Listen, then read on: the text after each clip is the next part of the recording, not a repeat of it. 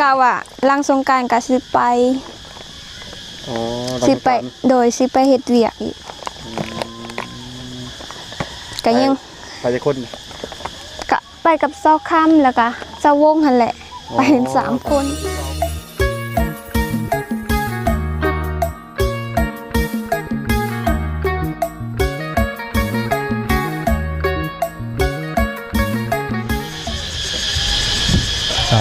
ทักทายสวัสดีและสบายดีเด้อเพื่อนพี่น้องอีกทีเบิร์ดสู่คนเป็นทางฝั่งไทยฝั่งลาวตามประเทศทางโน้นก็ยินดีต้อนรับเข้าสู่ซองโน้ตปลาเพื่อนที่เก่าเนาะพี่น้องพี่น้องวันนี้ก็เข้าไปเยี่ยมไปยามทั้งชาวนางพี่น้องเลยเนาะก่อนจะกลับบ้านพี่น้องเนาะเลยจะกลับบ้านมานี่เนาะเมื่อลูกหาเมียพี่น้องเลยมาดูหลายมือเลยพี่น้องมาติดปลายเลยเนาะพี่น้องเมื่อก่อนพี่น้องเลยบ่มีบัดเงินค่าห้องเลยโอ้มันแบบว่าจังไดค่าห้องกับแพงไปดิพี่น้องเลยโอ้ยเนี่ยอยู่ได้กินเนาะ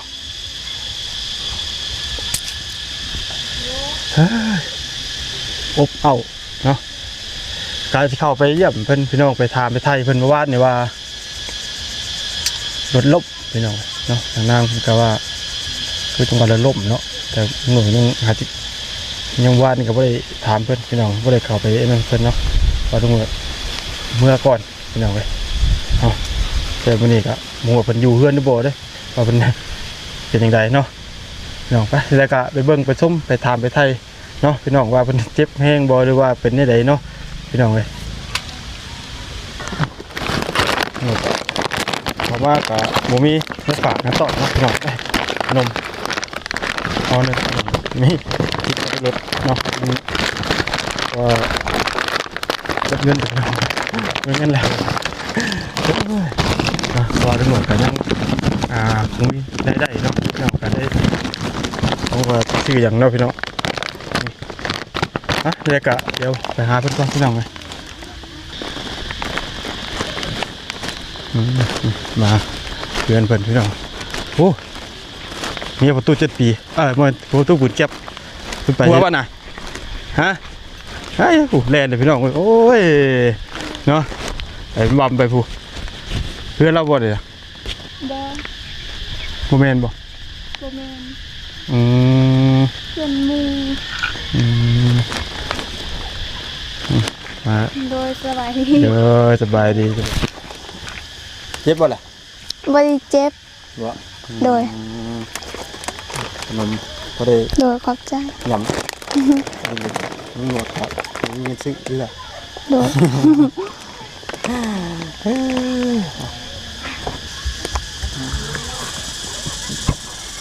เราคันได้ลมเลยนะรถอายอีฟูไปยืมรถอายเมื่อวานยืมรถแต่พาดูเป็นลมอีกโดยแหวนรถจนแตกเนาะพี่น้องล่มกับอันโดยกับสาวงไปนำกันไปซื้อยังไปเอาเครื่องอยู่อนุสิตโดยเอาเครื่องเดียวก็เป็นไปล่มตอนกลับหรือตอนมาน่ะตอนกลับตอนกลับน้ำมันโดยไปพี่น้องตอนไปเนี่ยวันดิลมว่าลมตอนไปเนี่ยเป็นตาอายคนเลยมันมีแต่ขี้พุ่นนะแม่ว่าบนว่าพ่อคนเนาะว่าเป็นกำลังกันว่าอย่างนึงกะล่มแบบบนมีคนเห็นวะมีคนเห็นคนซอยบ่โดยเขาเจ้าก็ซอยอยู่เขาเจ้าว่าโดยล่มอยู่ใช่ไหมล่มอยู่บนอันขึ้นภูบนกงไม้ใหญ่ๆนะมี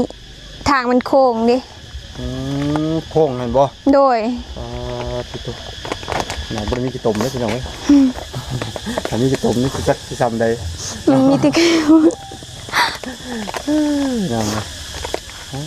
ไม่นี่ไม่เฮือนจะบ่นี่ล่ะโดยเรื่องเองบ่ดีว่าอัน คือว่าซื้อ จ้างเขาเจ้าเลื่อย โอ้ โน่น ได้อย่างไงไม่ได้อย่างไงแล้วนี่นะเครื่องเฮือนเจ้านี่ ก็มีแต่ซ้ำนี่แหละ แต่แป้นเนาะ โดย แป้นพี่น้องครับผมไม่หนาซิด โดย เสาก็จะเป็น2 เสานี่ไม่นี่คือสิหลายปีได้เบิ่ง หลายปีแล้วโหมมันเทื่อเล็กเทื่อละน้อยหั่นแหละ เดี๋ยวว่าได้เทื่อหน่อยเป็นหยังออกมาโฮมเหมือนไว้ติ โดยถ้ามีครบมื้อใดก็เห็นมื้อนั้น บ่ โดย ยังหลายเด้เนาะ โดย นี่ค่ะว่าไงได้แต่อันไม่หนาชิป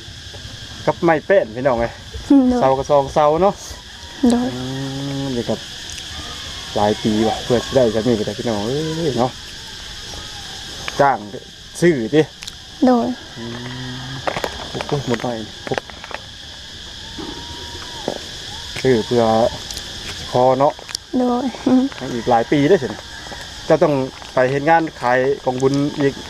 หลายปีอยุ่งจะเสร็จกันใหม่ โดย เพื่อที่ได้เนาะ โดย ง่าย กะว่าหลังสงกรานต์ก็สิไป อ๋อ สิไปโดยสิไปเฮ็ดเวียกอีกก็ยัง ไปจะคน ก็ไปกับเจ้าค่ำแล้วก็เจ้าวงหั่นแหละ ไปกัน3 คน คือเก่า โดย โอ้หลังสงกรานต์ดิแสดงว่า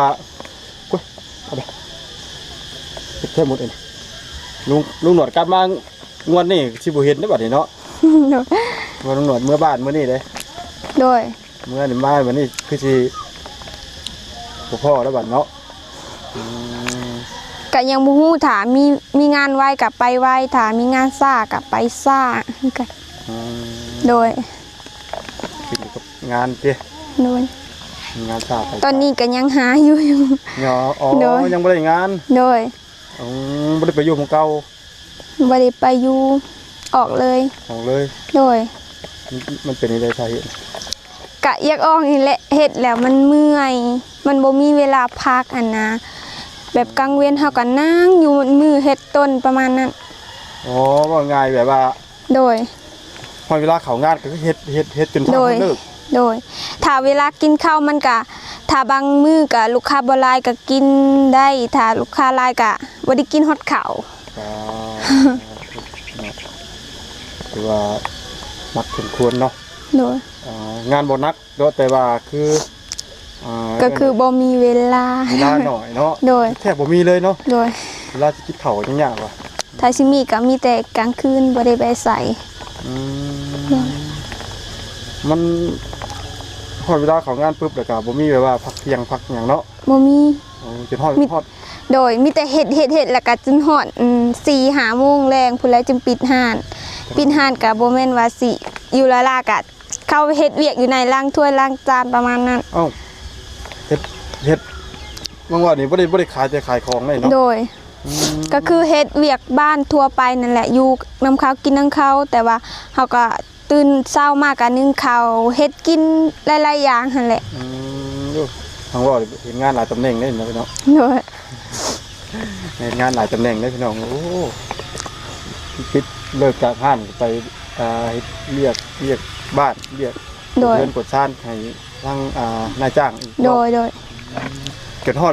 จนค่ำมืดตื่นตาจังได้นอน โดย โอ้คนบ่อดทนนี่อยู่บ่ได้เด้อพี่น้องเอ้ยเนาะ โดย ว่ามันเวลามันก็ยาวพอสมควรเนาะ12 ชั่วโมงเนาะ โดย ตั้งแต่5 โมงเช้าบ่ครบนี่ครับ ตั้งแต่อันตื่นมากะบางเทื่อก็เมื่อยหลายก็ตื่นอยู่5 โมงถ้าได้ ถ้าตื่นแบบฮู้เมื่อหั่นนะฮู้เมื่อฮู้จักเวลาแบบก็4 โมงประมาณนั้นก็เฮ็ดเวียกจน จนแรงพุ่นแหละ 4-5 โมงพุ่นแหละ โอ้ธรรมดาเนาะควรนึกนะมันมีสารมวยเจ้าประสาน พอเฮา โดย เห็นว่าเจ้าสาร ภาษาบ่เป็นดอก พอได้เก่งเด้อสารมวยก็เป็นเนาะ โดย จิ้มข้าวจิ้มน้ำแล้วสารเป็นบ่ได้เนาะ โดยละสานเองแบบเครื่องใส่อันกระตากระยังเอียงประมาณนั้นละสาน บ่ได้ชื่อส่วนเนาะ โดยแฮนี่แล้วก็สานเอง แฮก็สารเองไว้นะ โดยเราสานเอง ว่าไงเครื่องในเครื่องใส่เพื่อนชวนใดที่ว่า แบบเป็นไม้เราก็เฮ็ดเอง ชวนที่ประเทศได้เพื่อประเทศเนาะ โดย ชวนที่ว่าบ่ได้ใช้เงินใช้คำมันเนาะ โดย เนื่องจากว่าชวนใดที่มันซื้อนะก็ เราก็เฮ็ดบ่เป็นคือกัน มันยากเนาะ โดย เงินทุนก็คือเห็นได้พี่น้องเพราะว่าเขากินยังซื้อครับคิดเขานี่เดือนหนึงได้สอบหนึงเบิดบ่ต่อเดือน สอบหนึงก็ประมาณอยู่2ทิศบ่ฮอดเดือน เพราะว่าครอบครัวหลายเดิ ครอบครัวเจ้ามีหลายคนเนาะ โดย ยิ่งเจ้ามาคือจังเจ้ามาอยู่ตอนนี้อีกมาเพิ่มอีกเนาะ โดย ถือว่าเจ้ามาอยู่แบบที่แบบบ่มีเงินเนาะ โดย ได้บ่มีแล้วบัดนี้สมมุติว่าเจ้าบ่ไปนี่ก็ ก็คือบ่มี อืม อยังน้อยเฮาก็ต้องไปโดย ถ้าเจ้าบ่ไปยังแล้วเนาะ โดย ฮู้ว่าสิหาเงินไม่ใช่ให้ทั้งพ่อกับแม่หรือว่าไอ้น้องที่อยู่เรือนเนาะ โดยน้องก็ยังเรียนอยู่ ผู้เรียนก็เรียนติ โดย ผู้ที่น้อยก็ต้องรู้ดีเนาะ โดยดูดีแล้วก็3คนเรียน อืม โดย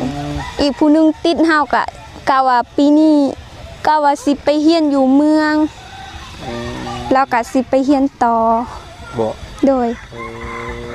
เจ้าเรียนจบม.ใด เฮาจบอยู่ป ป .5 .5 โดย เห็นป .5 แล้วก็บ่ได้ต่อมอันได้ที่ม .1 เลย แม่นก็อยากต่ออยู่แต่ว่าย้อนเงินบ่มีนี่แหละ มันก็เลยบ่ได้ไปหมู่ก็หมู่เฮียนเดียวกันก็ไปเบิด เหลือแต่เฮา2คนกับเซาวงนี่แหละบ่ได้ไป ไปหาเวียกเฮ็ดโดย ก็คือจังหวะตอนนั้นก็คือว่าถ้ามีเงินก็คือสิได้ไปเนาะ โดย ตอนนั้นก็ยังบ่มีเงิน แบบข้าวกินก็ยังบ่มีตอนนั้น โดย แบบที่นี่คือว่าแล้ว มันก็มีอยู่หน่อยหนึง มันก็บ่ได้มีหลายพอไปได้หั่นน่ะ พ่อแม่ก็บ่มีเนาะสักทีเอาเงินใจส่งลูกเรียนพี่น้อง โดย ขนาดว่าที่เขากินยังค่อนยากเนาะโอ้ยเอ็นหมดนี่ก็ได้พวกผู้เรียกผู้ทั่วยากอยู่เลยบาดนี้คันเนาะกินข้าวกินน้ำอย่างนั้นบ่นี่ กินหาก็กินบางกีได้กินข้าวเช้า โดยกินปิ้งไก่อายเพิ่นซื้อมา โอ้ข้าวเช้าข้าวเที่ยงเลยนะ โดย ข้าวเช้า ข้าวเช้าข้าวเที่ยงพี่น้องเลยสงกรานต์นี่สิเล่นน้ำไปใช้บัดนี่ ก็อยู่น้ำเซก็ซื้อไปหรือบ่ก็บ่ฮู้ว่าตัวนี้เนี่ยมันบ่มีเงินไปดอกไปอาบน้ำซื่อๆน่ะก็ไปได้อีกดอก แต่ว่าครับไปก็ต้อง แม่น ซื้อนู่นนี่นั่นกินเนาะ โดย ต้องใช้เงินพี่น้องครับคือส่วนนี้ก็แต่ผู้ใดคนคือสิฮู้อยู่เนาะ โดย ถ้าบ่มีเงินก็ไปได้บ่ไปได้แต่บ่ม่วนเนาะ โดย ม่วนในใจเนาะ ไปมันก็บ่คือเนาะหมู่ก็ซื้อกินประมาณนั้น เลย แต่ว่าไป ไปกับหมู่ไปละล่าหั่นนะมันก็บ่คือไปอาบน้ำซื่อ ไปเป็นตัวเปียกคิดดิ ๆ โดย คือชื่อกินนั่นกินนี่ก็มันเถื่อซื้อได้อยู่คือว่ากินน้ำเนาะ โดย รอบแตกเพื่อเจ้าสิมาได้บัดนี้แม่นบ่เจ้า โด ก็ ย หิวอีกเนาะ โดย ขอกินน้ำเพราะว่าออกจากนี่ก็บ่ไกลปานใดดอกพี่น้องเพียงแต่ว่าแต่เรื่องของถนนหนทางเนาะ โดย มันลำบาก มันก็ยากมันมีแต่ขี้ฝุ่นแหละทางเขาคนไม่มิกในจีนเขาจะเอาไปผู้ไปเอาไม่มิกอยู่ภูตะกี้นะบ่ได้ไปเฮ็ดเวียกนะไปรับจ้างกะรับจ้างจีนนี่แหละไปทางหญ้าปะเดือนละวันละ80กลับไป วันละ80ติ โดย ตะกี้ยังบ่ทันอย่าแบบว่ายังบ่ทันไปเฮ็ดเวียกนะก็ไปรับจ้างจีนเขาเจ้าไปหาคนซุมื้อเฮาก็ต้องไปเผาอยู่พู้น ว่า โดยไปถาเพิ่นมาหาเพิ่นเด้ ปุ๊บก็แบบเดี๋ยวทั้งนั้นที่ว่าลุงหลอดเห็นเพิ่นเวลาเพิ่นขึ้นมาเป็นคนขึ้นในรถแบบ อัดกันแบบคล้ายๆแบบยืนจนที่สักที โดย เบียดกันแบบ แบบนั้นแหละติกกี้กับไผ่แบบนั้นโดยเดี๋ยวนี้ คนที่สูงยังพอสูงพี่น้องกันผู้ต่ำที่ อันหมุนอยู่แค่บ่เข้ามาฝนตกบ่แห้งเนาะทางบ้านเจ้าเนาะ โดยก็บ่ให้ ใส่ข้าเนาะย่อยเลยน้องเว้ย พอดีขี้ต้มมันแจม อยู่ทางที่โปรเอ็นแถวอันของพักน่ะ โดย แห้งเลยฝนตกแห้งแล้วก็ผ้าเหลืองผ้าดังแบบ อันนี้ผ้ามันเลื่อมซื้อดังซื่อๆอันบ่ได้ตกแฮงดอก อย่างงาบิ๊กนะเนาะถ้ามันหักขาดมาเจิมใส่เฮือนเพิ่นเลย มันก็หักกันแหละถ้าพวกอันลมมันแห้งมันก็หักกันแหละไม่มีมันแห้งหักง่ายแหละ แม่นไม่พ่อยได้ โดย เป็นไม่นวลไม่เนี่ยแข็งเลยพี่น้องทำเวลามันหักมันขาดอะไรใหม่เนี่ยหักแบบมันสิบวบเนาะ โดย ไม่ทั่วไปหักมันสิบวบแบบว่าสิเป็นใหญ่ไว้อันนี้มันหักเจิดไปเลยพี่น้อง โดย ไม่ส่วนไม่นี่นะไม่หมูไม่แกนพี่น้องเลยเป็นของอันนั้นปะของคนในบ้านว่าปลูก ของเฮานี่แหละของพ่อเฮา อ๋อ เราปลูกแต่ต้นแล้วแต่ปีจักปีแล้วแต่ละ3-4 ปีมั้ง อืมโอ้เป็นโอ้หมดนี่ก็ได้ขายได้คำบรรยายบักขาย อันนี้ก็บ่แม่นของเฮาดอกแบบปลูกของจีนซื่อๆหั่นนะแบบปลูกให้จีนอนามัยให้เพิ่นโดย ว่าง่ายรับจ้างเพิ่น โดย โอ้ ถ้าของเฮามันก็ พ่อเจ้าปลูกกับเจ้า โด บ่ ย ของพ่อเจ้า โดยดินกับดินเฮาแต่ว่าอีอันพุยอีหยังกับของเพิ่น บอกไงเป็นเศร้า โดย โอ้ มีแต่ดินนั่นน่ะดินของเฮา เป็นเศร้าปลูกไม่บิ๊กเนาะ โดย อันที่แบบเวลาเพิ่นจ้างตัดก็แบบที่ว่าสิหมู่เจ้าไปนะบิ๊กก็นี่นะวะ กลับบิดไปพุ่นแล้วอะอันนี้มันก็ถึงเพื่อน